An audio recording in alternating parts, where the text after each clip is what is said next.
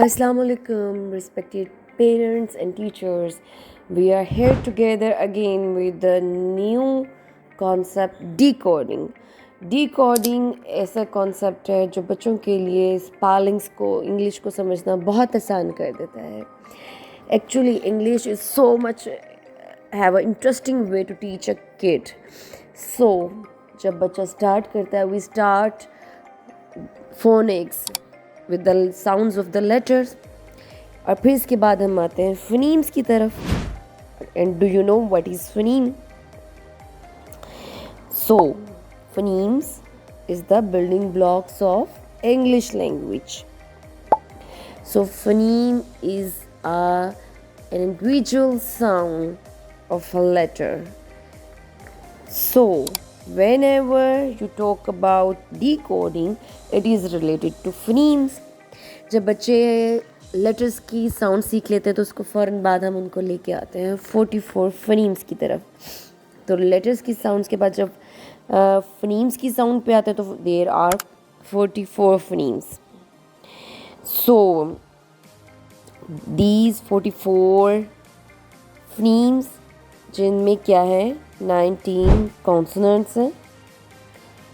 जी हाँ, ये 19 कॉन्सोनेंट्स हैं, 7 डायग्राफ्स हैं, 5 आर कंट्रोल्ड साउंड्स हैं, 5 long vowel sounds, 5 short vowels, 2 ऊ साउंड्स एंड 2 डिफ्थोंग्स. तो चेक करें क्या ये 44 कंप्लीट हो गए हैं. सो डिकोडिंग इज़ अ मेथड.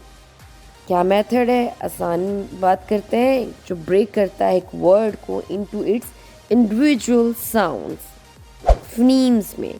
सो जब हम किसी स्पेलिंग को ब्रेक करते हैं किसमें, उसके फोनीम्स में, तो इसको डिकोडिंग कहते हैं.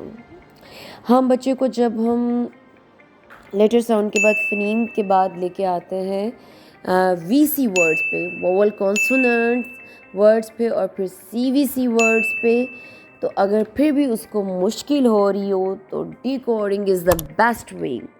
और अगर वो सिलेबल से भी समझ ना आ रहा हो तो हम हर वो रास्ता इख्तियार करते हैं जिससे वो आसानियाँ ले और चीज़ों को और स्पेलिंग्स को समझें और रीडिंग आसान हो जाए उसके लिए. तो we are ready for the decoding. So just this is the sound of cat. Cat. We will break it into sound. इसकी इंडिविजुअल साउंड में हम ब्रेक करते हैं and it is called decoding. जी ख a t.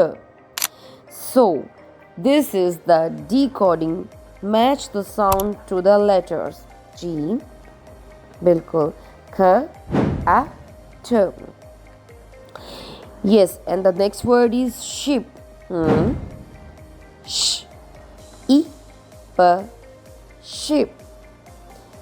Next is stop. T O